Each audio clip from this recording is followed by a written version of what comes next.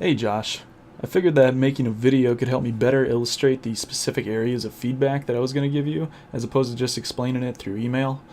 So in this video, I'd like to go over the purely game-related feedback, and we can further discuss the marketing plan moving forward in the coming days, if that's alright with you. So far, I've got 6 hours logged into Roguebreaker, and overall I've had a pretty great time when I'm not running into any game-breaking bugs or other hitches. I think you've put together a pretty solid product, and I really love where it's going. But since we're on the topic of bugs, let's just go ahead and dive right into that. So when you first gave me the Steam key, I got it all downloaded, and when I launched it, my AVG immediately tried to classify it as a threat.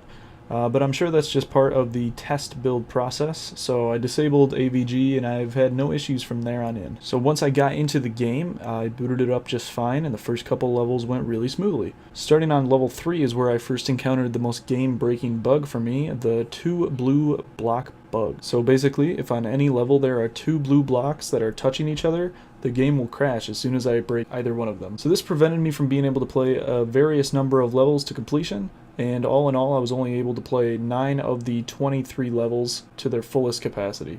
So if you want a specific list, the ones that actually did work for me all the way through were levels 1, 2, 5, 6, 8, 9, 19, 20, and 21. Level 10 is sort of a special case where it doesn't really crash the game and it lets you get to the end, but after you break the last block, the whole screen goes void except for the background, and you're just left staring at it until you exit the menu. But hey, at least it's nice to look at.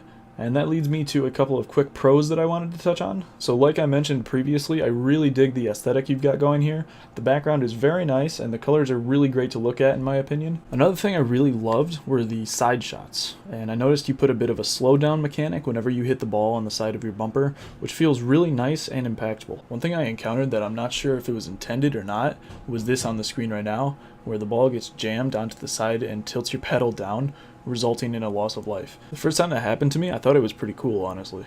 So while we're touching on it, even though I love the aesthetic overall, I do think that it might really benefit from some subtle animations. I'm not sure if that's a possibility or not, but something as small as the waves moving a bit, or the city lights in the background flickering slightly could really make it feel a bit more alive. By no means is it a necessity, it's just a thought. Another thing that I thought may add some flavor to the game would be giving the power-up stars that you get that float down to your bumper an audio cue or even some narration you get to accompany the text.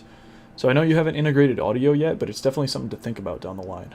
So now let's talk a little bit about the roguelite options that were given at the end of levels. I gotta say these were pretty fun to play around with. Unfortunately I didn't get to string together a very long run because of the crashes, but I'd love to play around with multiple stacking abilities in the future. I'll just go over a couple of things that occurred to me immediately. So first off, Anchor seems ridiculously overpowered. The ability to recall the ball at will an infinite number of times kind of means that if you play it slow and you're smart enough, you practically have no chance of losing. It can maybe benefit from a limited number of uses per level or something to that effect. So the one where you get slow-mo by using the spacebar felt really good to play around with, and I love the effect that you've added overall. That being said, I could also see it being a bit broken if it's given to the player in an unlimited capacity, but it's definitely more understandable than Anchor in my opinion. And then finally, the You've Got Friends perk, where you have multiple boards and paddles, just kind of struck me as really weird at first, and I considered it strictly a downgrade until I started playing like I was Michael J. Fox and rapidly shaking the mouse back and forth. Once I adopted that playstyle, it seemed like a really good upgrade, and I love the fact that you can stack it multiple times for little mini boards. Well, I think that'll about wrap up my little first impressions video I've got going on here. I hope some of this feedback really proved helpful, and I look forward to talking to you further about the marketing plan specifically. Have a great day.